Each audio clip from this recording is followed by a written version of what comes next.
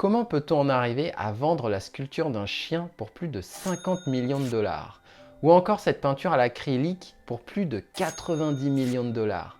90 millions de dollars, ça donne le vertige quand même. Tout cet argent pour une œuvre qui tient tout au plus sur quelques mètres carrés. Et encore, je vous parle de mètres carrés, mais vous pouvez voir que cette minuscule reproduction de la nuit étoilée de Van Gogh, qui ne représente qu'une fraction d'un bout d'allumette, s'est vendue à plus de 15 000 € par l'artiste David A. Linden.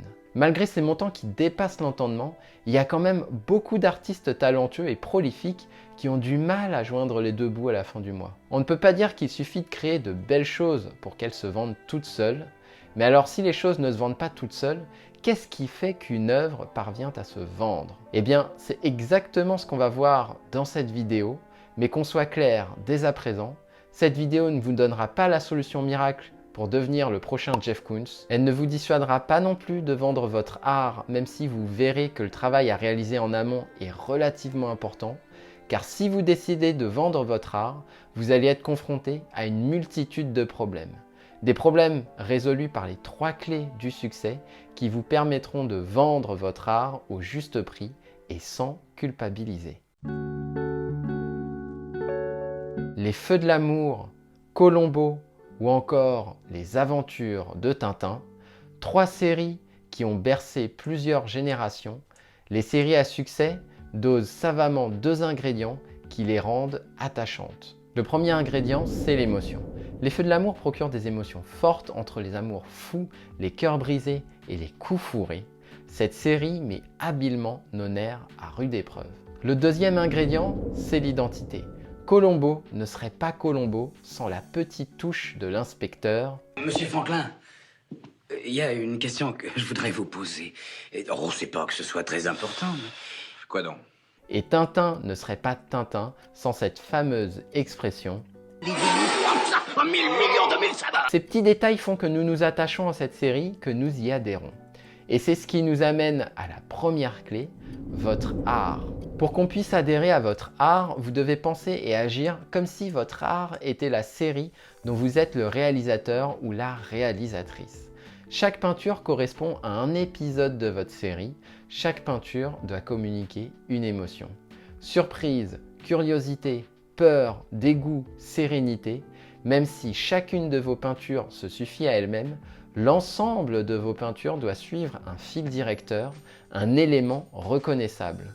Ça peut par exemple concerner le choix des couleurs, des sujets ou de la technique. C'est ça qui donnera une identité à votre art. Comment savoir que votre art plaît? Si vous montrez vos peintures à des proches, alors vous devez avoir un grand oui. Ne faites pas dans la demi-mesure. Si c'est juste un oui, considérez que c'est un non. Et si vous montrez votre art à des inconnus, lors d'une exposition par exemple, alors ils doivent s'arrêter dessus. Votre art doit les intriguer dès la première seconde. Tant que votre art ne fait pas vibrer ces 2 cordes en même temps à la seconde où quelqu'un regarde vos peintures, alors il vaut mieux vous concentrer à progresser dans votre pratique avant de penser à le vendre. La vérité est que tant que votre art ne produit pas un effet waouh, vous ne pouvez pas espérer le vendre correctement. Le 12 janvier 2007, dans une station de métro de Washington, un homme s'installe et commence à jouer du violon. Pendant 43 minutes, Joshua Bell jouera des morceaux réputés être parmi les plus difficiles de son répertoire. Le résultat ? Sur plus de 1000 passants, seuls 27 ont donné de l'argent et seulement 7 personnes se sont arrêtées pour écouter Joshua sur une période prolongée. Il finit par récolter un peu plus de 52 $, dont 20 qui provenaient d'un passant qu'il avait reconnu. Car Joshua Bell est un virtuose connu et reconnu dans le milieu des violonistes professionnels. 2 jours auparavant, il avait fait salle comble dans un concert à 100 $ la place. Ce, avec le même Stradivarius avec lequel il a joué dans cette station de métro.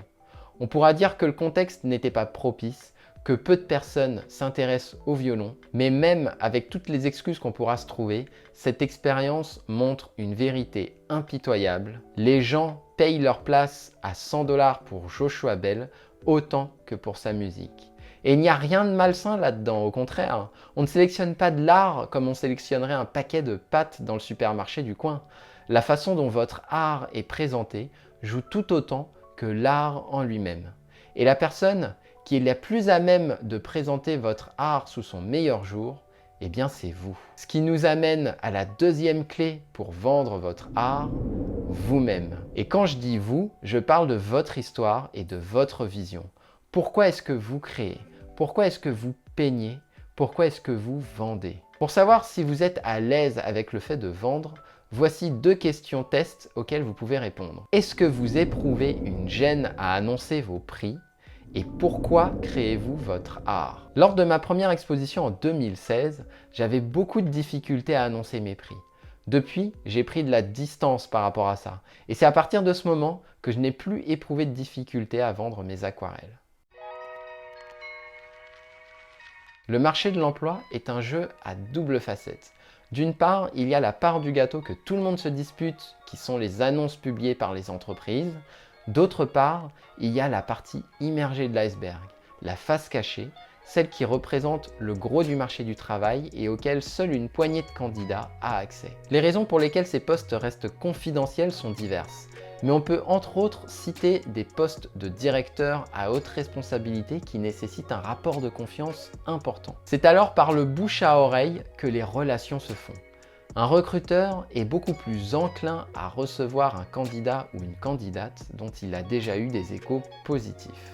Le marché de l'art, puisque c'est bien de cela dont on parle, c'est un peu la même chose. La plupart des artistes s'exposent sur des plateformes comme Artmajor, eBay ou Etsy, ce qui les met en directe concurrence avec 80% des autres artistes. Mais en parallèle de ces endroits saturés, il existe un marché plus difficile d'accès, mais aussi plus lucratif, dans lequel une poignée d'artistes opèrent dans l'ombre et parviennent à accéder en direct ou via des intermédiaires à des acquéreurs fortunés. Ce qui nous amène à la troisième clé, avoir un réseau qui vous fait confiance. Si vous êtes en contact direct avec vos acquéreurs potentiels ou via des intermédiaires de confiance que vous connaissez personnellement, ça peut être des galeries ou des magazines d'art, alors vous avez un avantage énorme par rapport aux autres artistes. Le réseau est probablement la clé qui peut avoir l'effet levier le plus important sur les prix que vous pouvez pratiquer. Comme vous avez pu le voir, chacune de ces 3 clés touche des domaines qui n'ont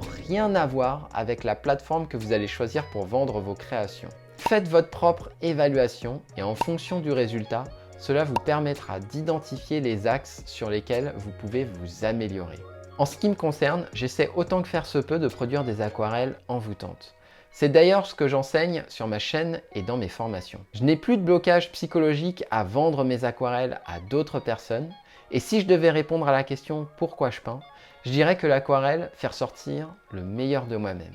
Elle me rend plus humble face à la vie, elle me permet d'apprécier la beauté des choses simples et elle me rappelle à chaque fois ma modeste tentative de saisir l'insaisissable, de contrôler l'incontrôlable.